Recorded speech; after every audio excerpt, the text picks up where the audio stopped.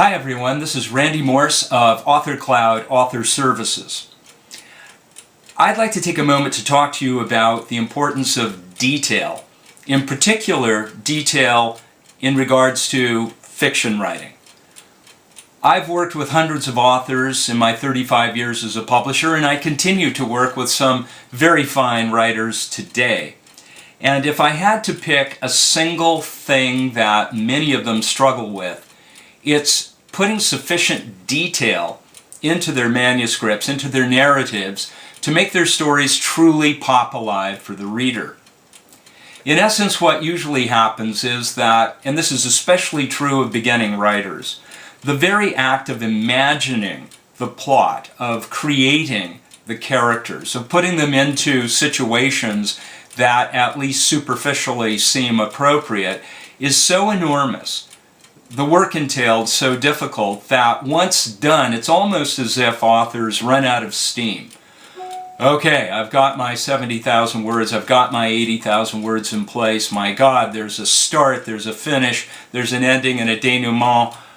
That's it. I've done it. I can't do anymore. But that's usually not enough, I find. What typically writers forget is that as readers read, their brains are processing what they're reading and literally creating a world that is as real as the author allows the reader to make it. And the more real that world is, the greater the impact the story has on the reader, and as a result, the more successful, the more impactful, of course, the story or the book is. So, what does that mean? Well, it means that when describing a scene, for example, it's not enough to simply say, it was a hot July day in Los Angeles. What did the place that the action is taking place in smell like? What did that heat actually feel like to the characters in that scene? What were the sounds in the background, in the foreground?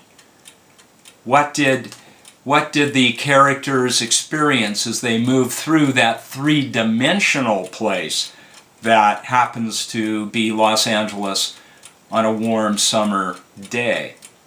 It's those detailed, descriptive passages that pop a passage alive, that make the narrative come alive in the reader's brain and make him or her want to continue to turn those pages, whether they be physical or electronic. So, my advice to you, especially if you happen to be a beginning writer, is do sweat the details.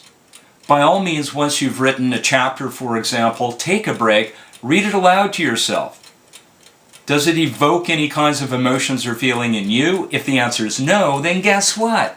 Your readers aren't going to be moved by it either. So go back and think about what I've just said. Think about details. Think about touch. Think about feel. Think about hearing and sound. Think about those senses that are, at the end of the day, sensual, that will make the reader want to read what you're writing. So that's it. Just a quick tip. I hope it's helpful.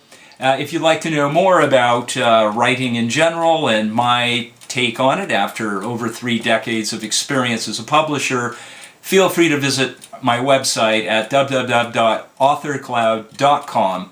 And until later, remember, the one thing that differentiates you, the writer, from everyone else in the world is that you write. So keep on writing. Bye for now.